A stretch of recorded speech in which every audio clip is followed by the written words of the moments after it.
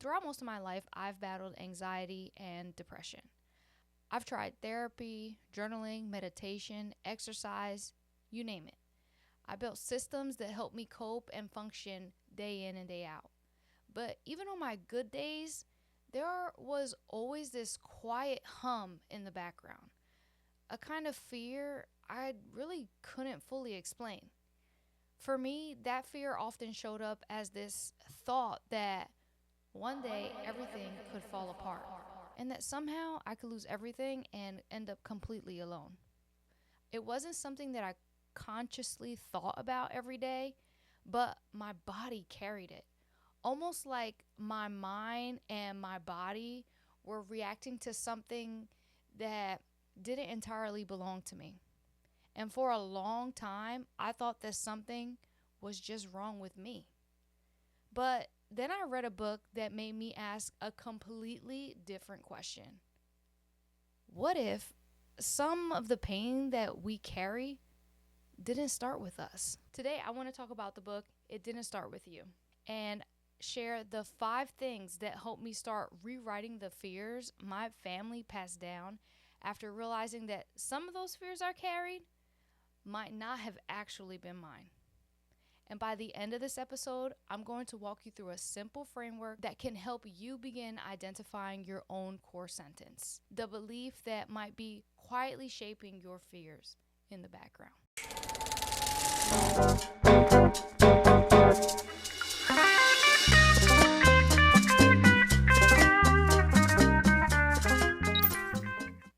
Before we dive in, I do want to say something really important.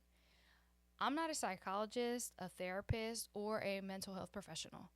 I'm just someone who has spent a lot of time trying to understand my own anxiety and depression.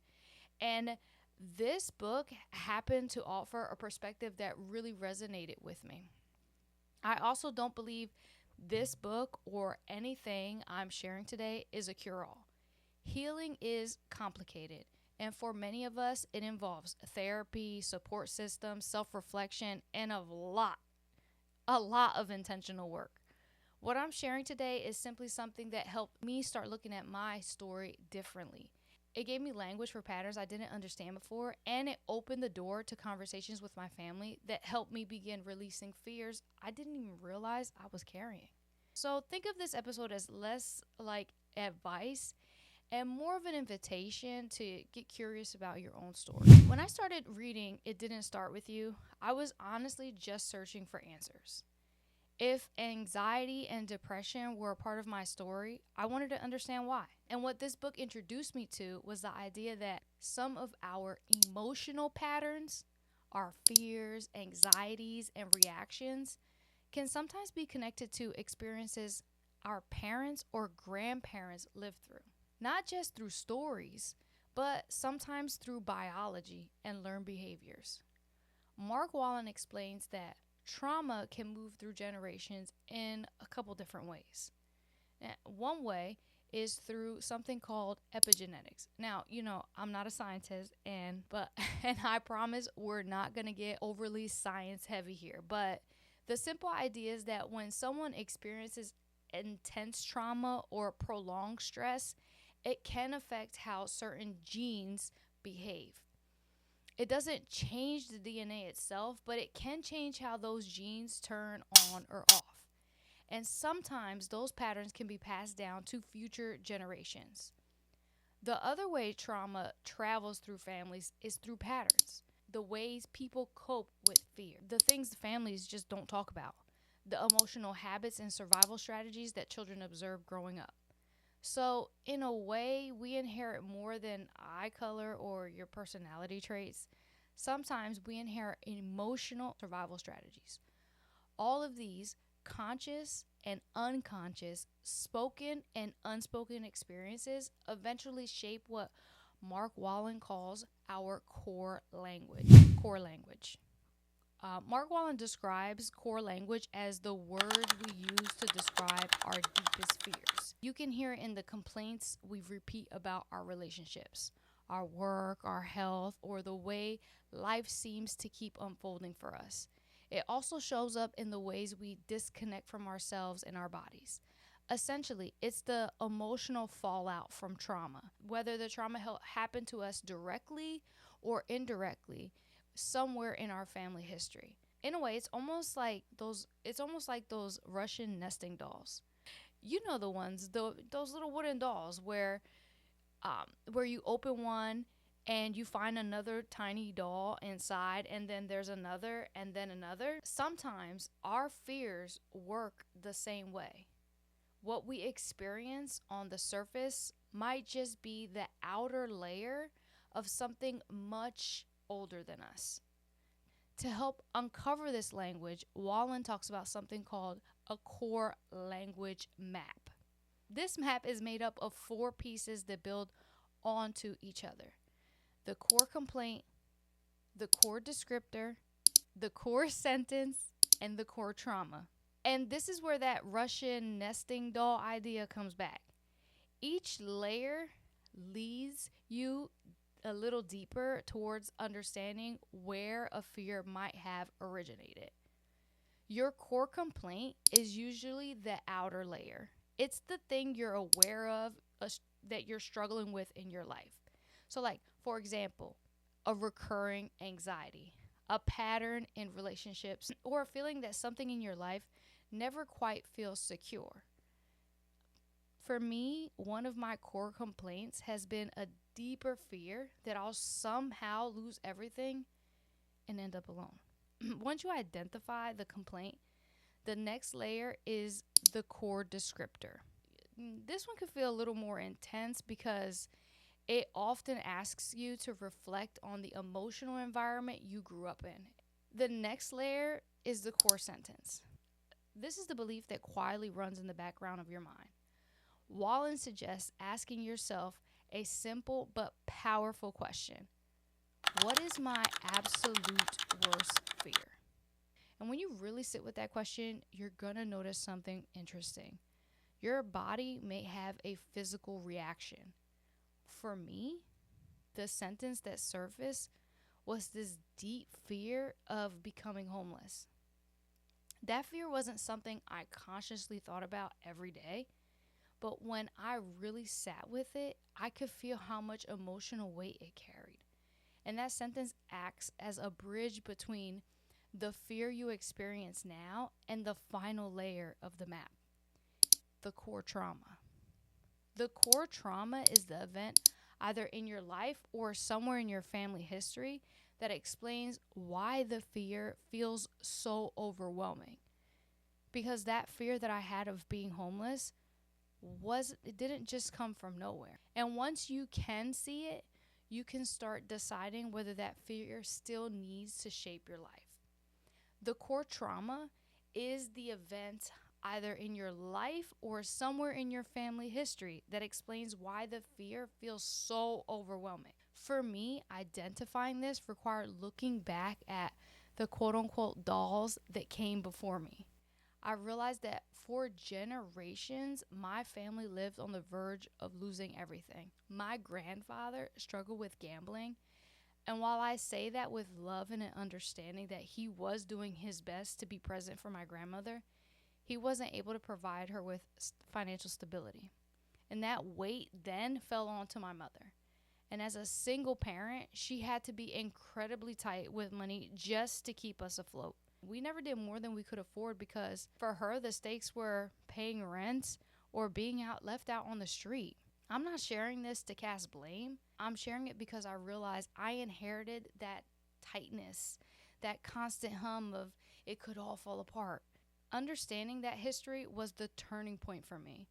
It was the moment the why finally clicked. But knowing the why is only half the battle. The other half is figuring out how to stop the cycle from continuing within you. So, taking what I learned from the book and my own family history, here are 5 things that helped me start rewriting the story. Naming the ghost. The first step was simply acknowledging that this fear was not mine. When the everything will fall apart thought pops up, I tell myself, this is a memory from my grandfather's house, not a reality in mine. So by naming it, I was able to identify and release it. Step number 2, finding the excluded stories. Wolynn suggests looking for what isn't talked about. You know, those conversations or individuals in your families that are often glazed over or unspoken about, or the unspoken conversations that you have about individuals in your family or topics or events that may have occurred. When I started asking questions about how my grandmother felt during those years or how my mother felt being the sole provider, it humanized the fear that I was feeling. I stopped judging myself for having it and started having compassion for why it was there and for those who came before me as well. It helped me understand them and their story and how I fit within it. Number 3, creating a healing sentence for my core sentence. You need a healing sentence to break the cycle. My healing sentence became, I have the tools to provide for myself and I am safe in my current reality. Number 4, somatic check-ins. Because trauma lives in the body, I started practicing body scans. When the anxiety hummed, I'd ask, where am I feeling this? Usually it's a tightness in my chest and a tightness in my back, and I can place a hand there or push myself up against a wall.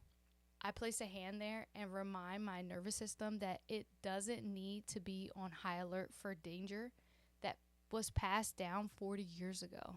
Number 5, intentional new habits.